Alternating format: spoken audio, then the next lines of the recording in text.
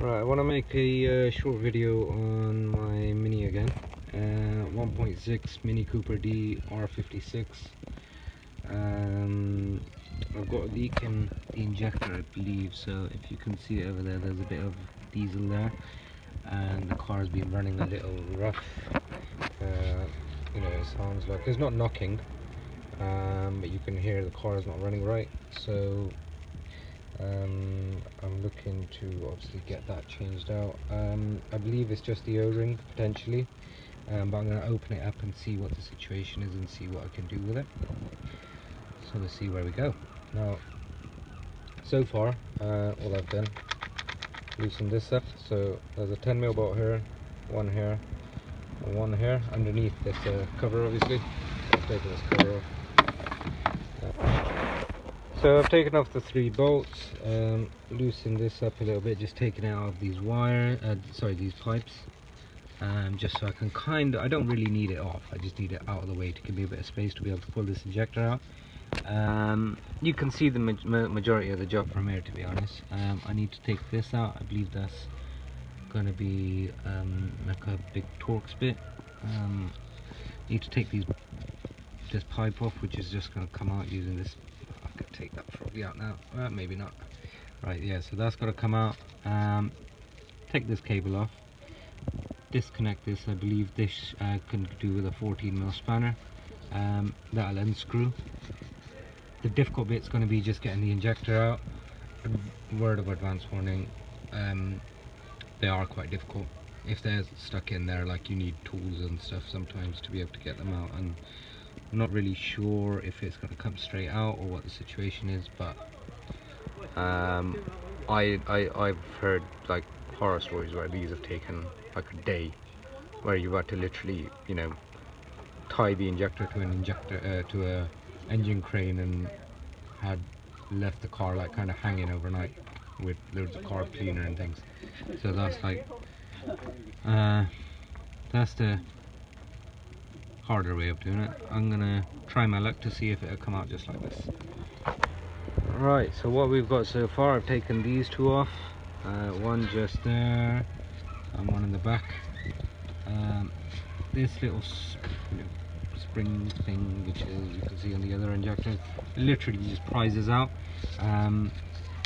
This fuel line, which is upside down, this bit literally pulls off. There's a little washer on it, just be careful you don't lose that. Pull that off. This came off, as I said, with a 14mm, and I've managed to kind of loosen it up a little bit. So I've just moved that pipe out the way, and I've managed to loosen it up, and it's the moment of truth. I don't know, the only reason I've oh, it's come straight out. Ooh, that is lucky. Yeah, that's worked out a lot easier than I thought. But genuinely, I would say, you know, if you're going to take that risk of doing this without the injector tools, just make sure you know what you're doing, kind of thing, because it doesn't always work. I've just got lucky with it. Yeah. Right, so just a quick update as to what we've done so far. It's taken me quite a bit of time. It's taken me longer than I thought it would. It's getting this ring out. So if you can see that little groove in the middle there, I've had to kind of stick a screwdriver in there to prise this apart. It was on there quite tight.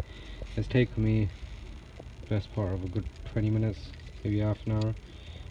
Just because, to be honest, in the end I got annoyed with it, and I just kind of used a long nose plier to hold it down up to this point, and then I followed the ring around and prized it off with a screwdriver.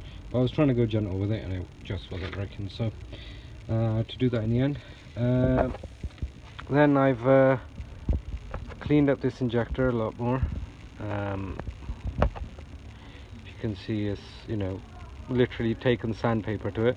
To be honest, I'm doing this first time as well, so if I've done anything wrong with it in terms of shouldn't have been using sandpaper, please let me know. But literally I've used sandpaper, just nothing major, like I think it was 400 grit or something, and just giving it a light sand. Put some WD-40 on there. It's still got little bits on it here, but like, I think it's tidy enough.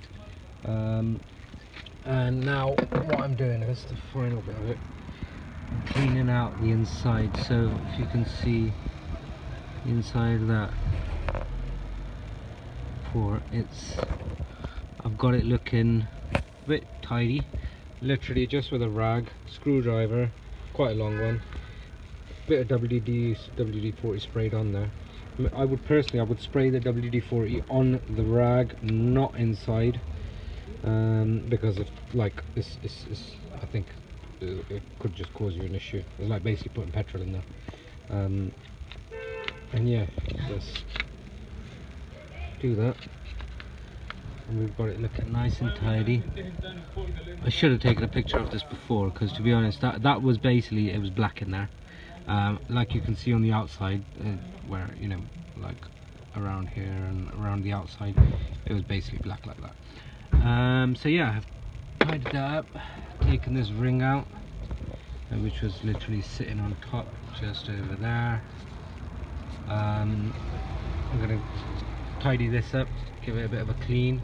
I'm literally just cleaning everything. I've got a new O-ring, which is this one.